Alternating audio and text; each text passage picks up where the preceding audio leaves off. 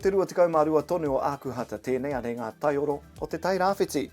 Ka tua noa rawani a parata mo te wāri Māori o te Tairāwhiti e whai ana ia kia whakarewa ke ngā kaupapa Māori i roto i te whakataunga ārohe.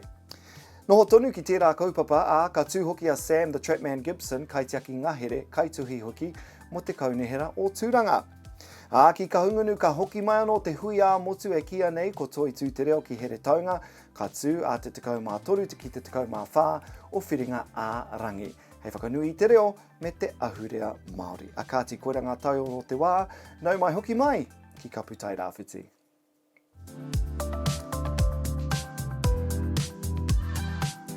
Nā, i te ata nei, kawea atu e mātou tētahi kōrero mo te aukati rori a Ngāti Oneone. Nā, i tēnei ahi ka kitea te wāhanga tuarua, arā e rua ngā rā i muri mai ka wai tohungia tētahi kawenata wainga i a Trust Tairāwhiti me Ngāti Oneone. Anei anō taua kaupapara, hei mātakitaki, mā tātou.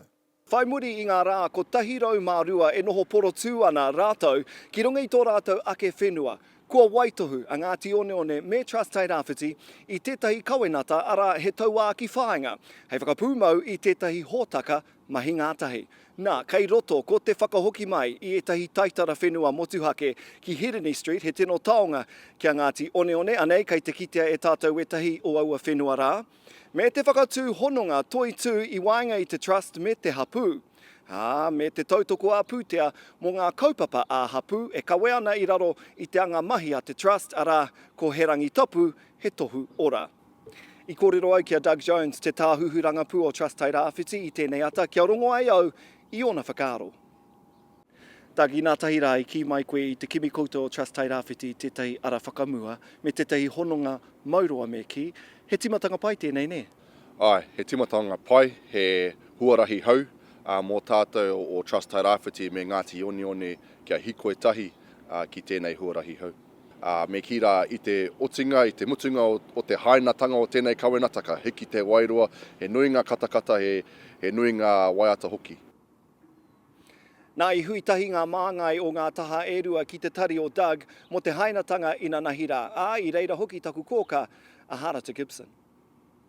O tēnā nō koe te kōka, ka tahi anō ka mutu tō kauhau ki ngā tamariki o Elgin. E kauhau ana i te rongo pai? Ai, kauhau ana i te rongo pai, me ngā hītori a tainua atu ki te rongo pai.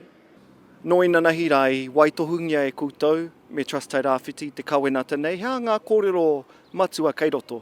Ngā kōrero pai, he rongo pai, kei roto i te kawenata rā, he mea kua whakae mātou rātou hoki kia te anga whakamua, mō te hapu, mō te whakatau i ngā he, kua pēhina i a mātou, me te anga whakamua me ngā mahi wainga nui i a māua ko te Trust Tairāwhiti, hea ngā mea pai, ka whiriwhiri hia, ka puta i ngā hua pēr, ai.